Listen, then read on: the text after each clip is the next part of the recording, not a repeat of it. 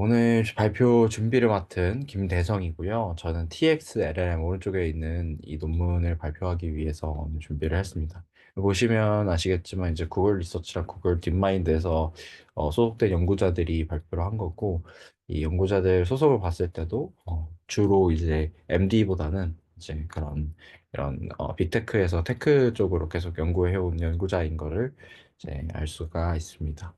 그래서 이 TX LLM이라는 녀석은 이제 LLM 모델인데 이제 테라퓨틱스라고 해서 이제 좀 광범위한 부분을 그 타겟을 하고 있고, 실제로 대량의 데이터들을 되게 다양한 데이터들 한꺼번에 때려 넣어서 일종의 이제 테라퓨틱스의 ChatGPT 같은 것들 만들려고 시도를 하지 않았나라는 생각이 좀 듭니다. 어떤 이제 그래서 본격적으로 시작을 해보면요.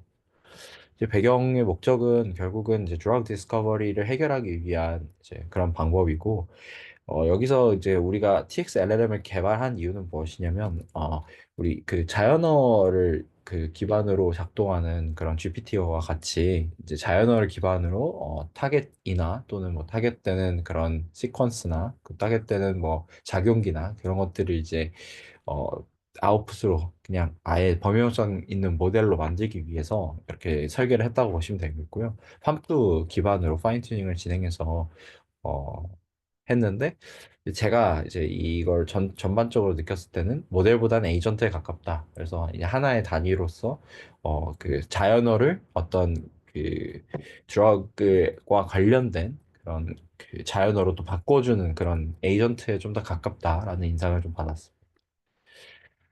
어쨌든 그래서 이 드러그 디스커버리의 기본적인 단계를 두 단계로 디스커버리 앤 디벨롭먼트로 나뉘고, 이 과정을 또 네 개로 나눠서 이 과정도 이렇게 나눴습니다. 결국은 그래서 우리가 이런 어소시에이션, 그래서 6시에서 이제 0, 1로 스코어링을 바이너리하게 나눴는데, 이게 무엇이냐면 어떤 진이나 뭐 디지즈나 이런 것들의 관계들을 이제 일종의 이제 프로틴과 함께 이제 매치를 시킨 거고, 이제 그걸 통해서 이제 결국은 이 화학 구조와 프로틴의 이제 3D 구조, 스트럭처 이런 것들을 이제 그 다음 단계에서 그 컴파운드나 타겟 스크리닝을 진행하는 그 과정을 만들었고, 그 다음에가 이제 결국은 여기에서 이제 프리딕트, 우리가 직접 이 분자가 타겟에 상호작용할지를 예측하는 것들, 그 다음에 이제 뭐 블럭스 HERG 진, 커싱 카디오 톡시시티 같이 어떤 진을 이제 블럭킹했을 때 카디오 톡시시티가 발생하는 것 같은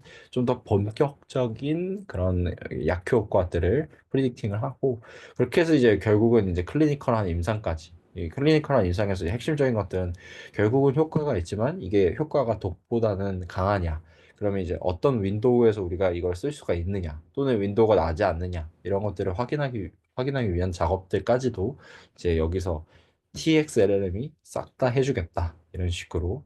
보시면 이제 앤서가 0.85 뭐 KD에 0.05 마이크로미터 no yes 이렇게 나오잖아요. 그래서 이건 모두 하나로 하겠다라는, 네, 좀 어떻게 보면 좀 거창한 생각이고요.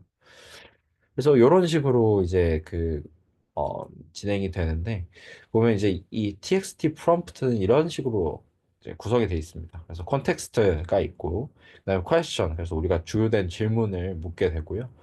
그래서 여기 안에서 뭐 스마일스라고 해서 이렇게 작용기회 같은 것들을 이렇게 데이터라이징을 해가지고 이렇게 물어보는 이제 과정이 있고요. 그래서 이제 이런 셀라인 디스크립션과 앤서 값까지 그 셀라인 디스크립션을 내주면 그러면 앤서 값을 어, 뱉어주는 그런 게 이제 이 TX LLM 모델의 이제 인풋과 아웃풋의 형태라고 보시면 되겠고요. 이 데이터셋은 이런 식으로 되어 있습니다. 드러그랑 셀라인 아이디 그리고 시너지. 셀라인 아이디는 여기서 보시면 아시겠지만 이제 이, 이 번호, 저도 이 번호가 셀라인 디스크립션 외에는 뭐 더, 뭐 그건 잘 모르겠지만 어쨌든 이 검체가 어디서 나오는지, 레너스의 아데노카시노마, 뭐 오버리언스의 아데노카시노마 같이 이런 이 우리 데이터가 어떤 세포나 어떤 변이에서 적용이 될지까지도 이제 얘기를 해주는 거가 이제 여기에 포함이 되어 있습니다. 그거 보시면 아시겠지만 literature search라고 해서 이제 기본적으로 이제 발표된 그 논문들을 서치하는 그 과정까지도 있다고 보시면 되겠습니다. 그래서 성능은 당연히 네, 좋습니다. 당연히 좋고, 여기서 이제 중요한 점은 어, 다 좋다. 근데 GNN보다 성능이 이제 다니엘 스마우스 예측에서 낮다. 이런 거였고, GNN이라고 하면 그냥 뭐 여러 번 설명을 드릴 수 있겠지만 간단하게 얘기하면 저희가 이제 어떤 노드랑 그걸 이는 엣지로 되어 있는 그런 것들을 이제 GN 그래프라고 하고, 거기에 이제 각각의 이제 파라미터를 부여를 해서 업데이트를 시키는 게 이제 그래프 뉴럴 네트워크인데, 요 녀석보다는 성능이 낮다라고 얘기를 하면서 생각보다는 그렇게 그 범용성 있는 LLM 모델이 그래프 신경망보다는 좋지 않을 수 있겠다라는 것들을 보여주는 거고요.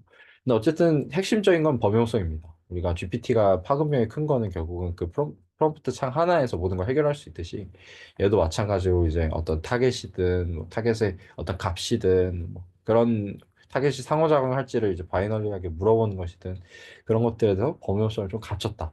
그래서 네, 그렇다고 보시면 되겠습니다. 그래서 이런 식으로 이제 이건 예제 데이터고요. 스바우스 예제 데이터에서 이제 그 화물의 생김새, 그 프로틴 시퀀스, 그래서 이제 이런 것들은 이제 우리가 아미노산 시퀀스죠. 시퀀스고, 참고로 뭐 슈가 아마 네, 시작하는 메사이오닌 M이죠. 네, 이런 식으로 이런 시퀀스를 넣어줄 수 있고, 셀라인 같은 것도 이렇게 넣어주고, 그래서 이런 데이터 프레임으로 직접 데이터 트레이닝 하는 거 보시면 되겠고요. 이제 여기 논문 안에서 제시해주는 그런 예시 데이터들은 이런 것들과 같습니다.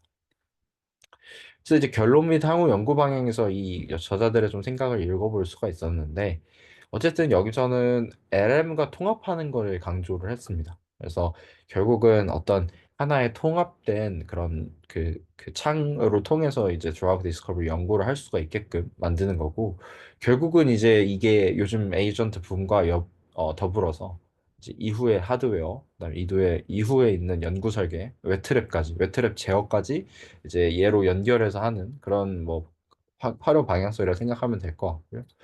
이제 결국은 사실 이런 연구들에서 제일 중요한 것들은 여기서 만들어진 신약이 얼마나 이펙티브한지, 그럼 그 만들어진 신약을 가는 과정에서 요 녀석이 얼마나 기존에 타임이랑 커스트를 줄여줬는지 그런 것들을 이제 확인을 해보는 것이 더 중요할 것이고요. 사실 explainable AI 기능 강화라고 여기서 써놓기는 했는데, 저는 오히려 요즘에는 explainable 한 것이 뭐 얘가 어떤 과정을 통해서 설명했다 이런 게 아니라 얘가 어떤 스트럭처를 가지고 있고, 그래서 나온 결과가 뭐 성능이 어떻게 됐다 이렇게 설명하는 게 조금 더 트렌드에 맞는 것 같아서 이런 것들은 조금 네, 저랑 생각이 좀 달랐던 것 같습니다. 어쨌든 그래서 요약을 이제 드리면요.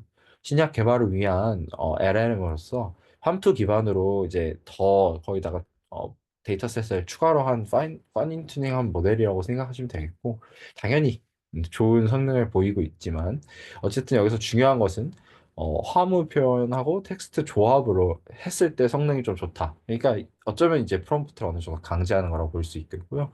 그다음에 한계점에서는 이제 GNL보다 성능이 낮다라는 것이었고, 또 이제 중요한 것은 최신 LLM과 통합을 해서 조금 더 이제 어떤 워크플로우에서의 역할 그런 것들로서 얘를 이제 의미 있게 만드는 것이 더 중요할 것이다라고 하면서 이 논문은 되게 심플하고 가볍게 마무리를 지으면 좋을 것 같습니다.